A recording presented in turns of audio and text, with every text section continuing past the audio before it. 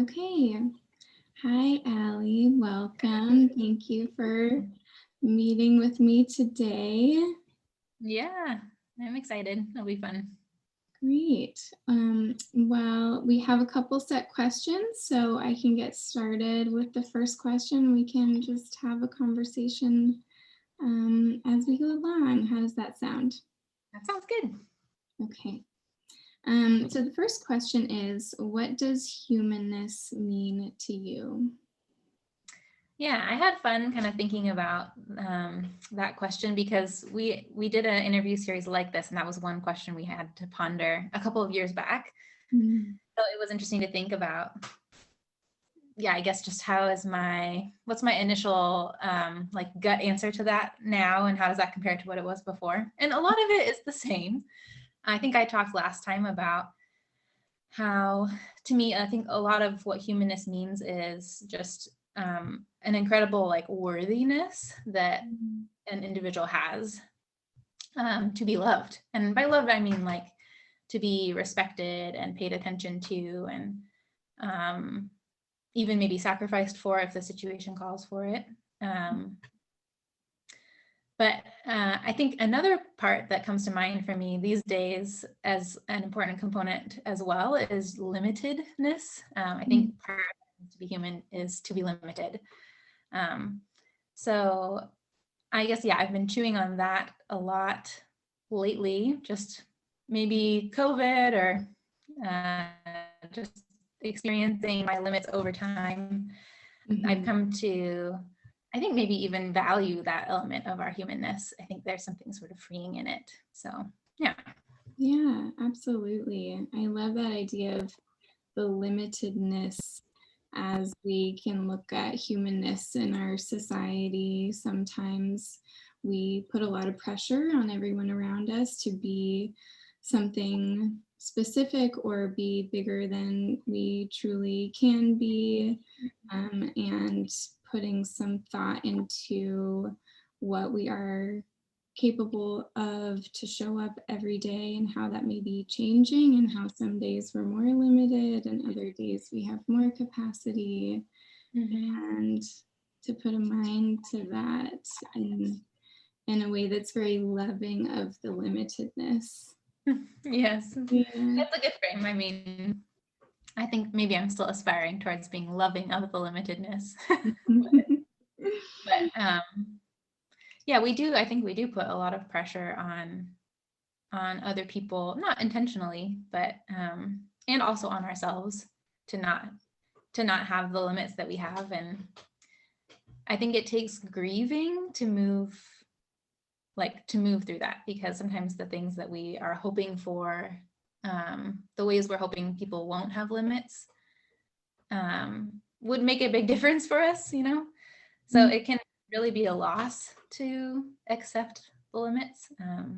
But I think that it can still, but then, it allows us to enjoy what's possible. So Yeah, absolutely. That kind of brings to mind the expectations that we have for ourselves and for others around us, and how much do we expect from the relationships that we have, and for people to show up in a specific way, or for ourselves to show up in a specific way. And those expectations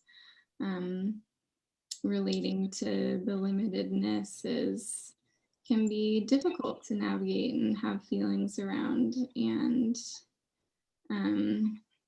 to really sit and kind of think about what your expectations for yourself and others are, and what that means in our individual humanness as well.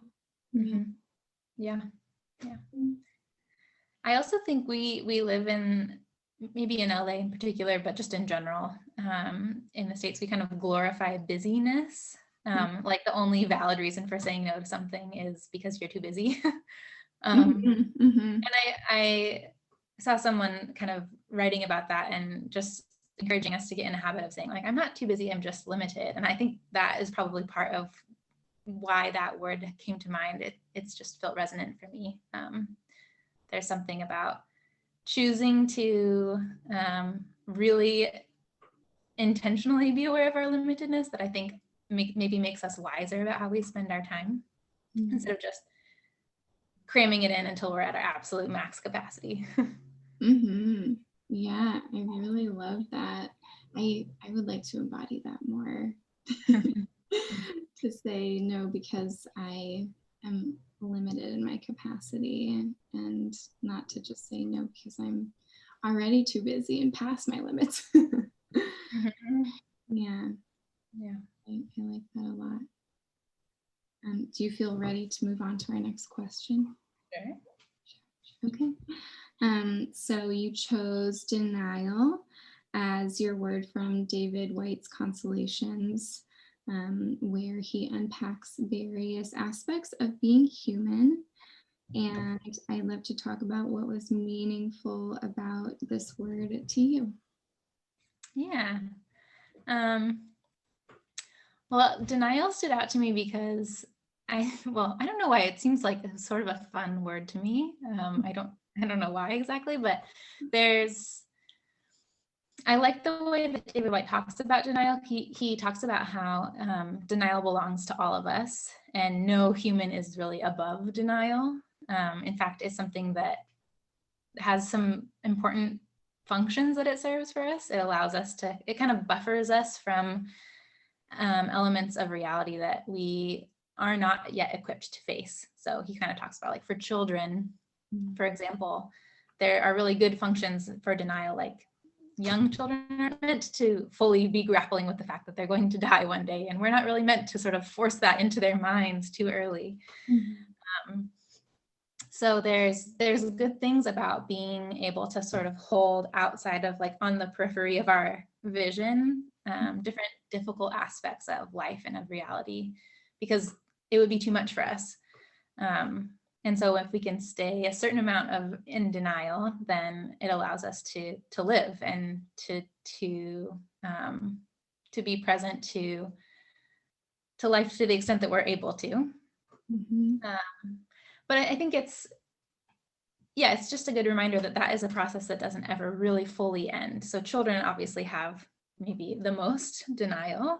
Some of that is also just brain development and capacity to understand things. But we continue to have certain amounts of denial throughout our entire lifespan. And sometimes we probably move in and out of denial.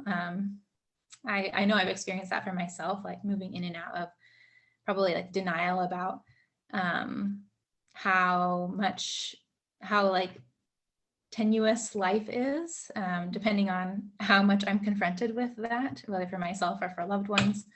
And when I'm not being heavily confronted with it, it's typically, I would say, it's on the periphery of my vision. Like, I'm not really emotionally grappling with it every day. So I think that what I liked about what David White talked about is the way that is, belongs to all of us and has good functions. And then also he talks about how it's kind of a stepping stone for us to have some compassion for other people. So what I have thought about, maybe with COVID and with how politically intense this past year has been, is how easy it is to have contempt for people who live in denial of different things than we do. And I think there's something helpful about recognizing that there's a certain amount of denial in all of us that just maybe move us towards a little bit of humility and compassion, even if we still disagree. And even if we still need to hold people accountable, depending on the circumstances, but maybe it can help move us out of contempt. And I don't think that's a very good place for us to dwell. So anything that helps move us out of contempt, I like. Yeah, contempt feels very polarizing, and compassion feels much more, I guess, community oriented, bringing people together. I appreciate what you're saying, as when you're speaking about denial, it's making me think of the inclusivity that thinking about denial in this way can actually bring, and how it can bring us all together. And then And then also the capacity, and what capacity do we have for dealing with the really tough things that go on in our life. And maybe denial is that protective mechanism that we're using to keep ourselves safe. And everyone has that. Yeah, and just functional. Because it takes so much emotional and mental space to really fully attend to different things. And we can only do that so many things at once. I guess that goes back to limitedness. So it's all connected. Yeah. Yeah, absolutely. And then our last question for today is, how does humanness show up in your work as a clinician? Well, I guess going back to the two things that I mentioned before that sort of stand out to me about humanness, the first being like worthiness to be loved. And again, in that meaning, like being respected and paid attention to and being treated honestly, things like that. I think, first of all, I have to kind of get grounded in that myself, my own worthiness.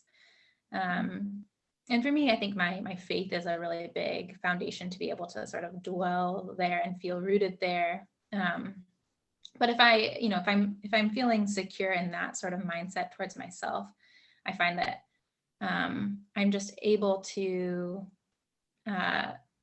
be present in a way that I don't think I would be able to otherwise in my clinical work.